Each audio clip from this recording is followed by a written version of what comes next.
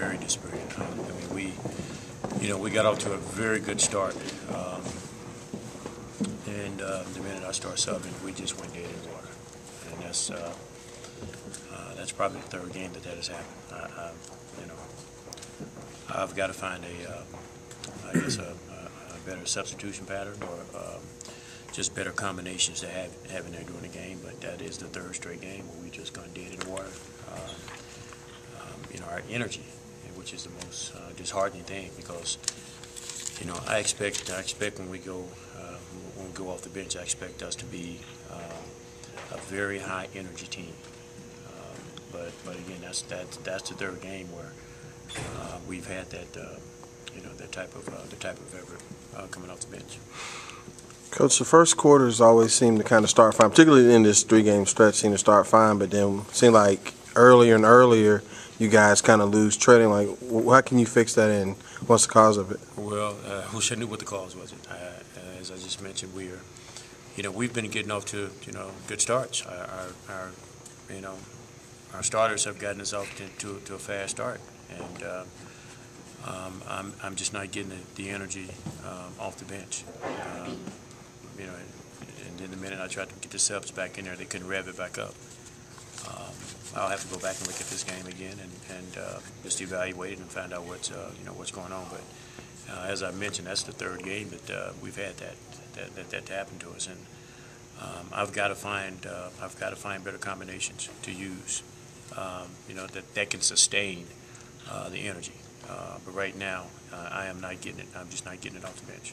Speaking of their bench, Corey Maggette was really able to kind of get off early, and he just kept it going through the whole rest of the game. Yeah, he had a good game. He came in early and made I think he made his first 3 shots, and then he got into a rhythm, and he played well. You got to give him credit. I mean, you would have thought in watching this game that we were the team that played last night.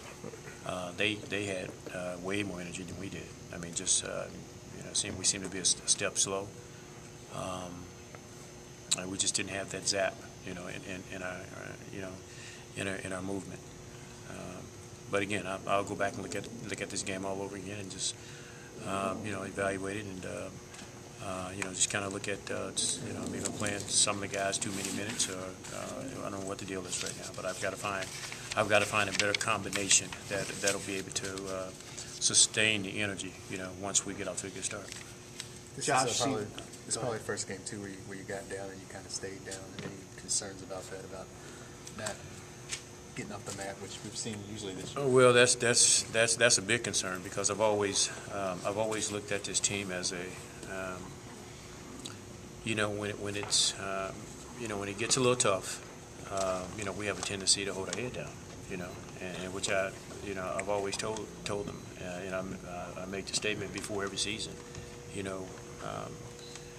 we're not going to be tested until we go through a bad stretch. I mean, anybody can go through stretches where they play well and when they win and everybody's high-fiving and I mean, anybody can play under those circumstances. But when it gets tough, that's when your character is really tested, and that's when we're going to be tested as a team. And when it gets a little tough, I don't want to see guys hang their heads. I don't want to see guys giving up. And I told the guys, you watched the Utah game last night. They were down by 22 at one time to Miami, and they came back. They didn't let it bother them. They stayed the course. And that's where we got to get to. We got to get that type of, we got to get that type of mentality. That I don't care who we go down to. We got to have the fight and the spirit to not quit, to not give up, to hold our heads up and to keep working and till it's all over with. Josh seemed a little upset by what was going on in the second quarter.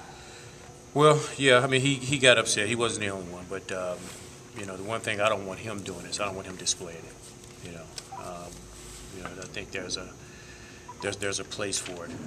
Certainly, we don't want to do it out on the floor and show the whole world that we're upset about anything. We talk about it during in the huddles or during halftime, but we don't want to display it out on the floor. If you get upset, just dig your heels in just a little bit deeper, play a little bit harder. That's my mantra. Coach, how much, and it's probably an obvious question, but how much are you missing Marvin and Mo Evans. Yeah, Marvin. Yeah, sorry, Marvin Mo. I'm missing him a great deal. When you play a team like like Milwaukee, we normally match up, with our threes on say a guy like Ilyasova, because he's a good size for a four. He spends more time on the perimeter, so we usually match up with a three on the perimeter.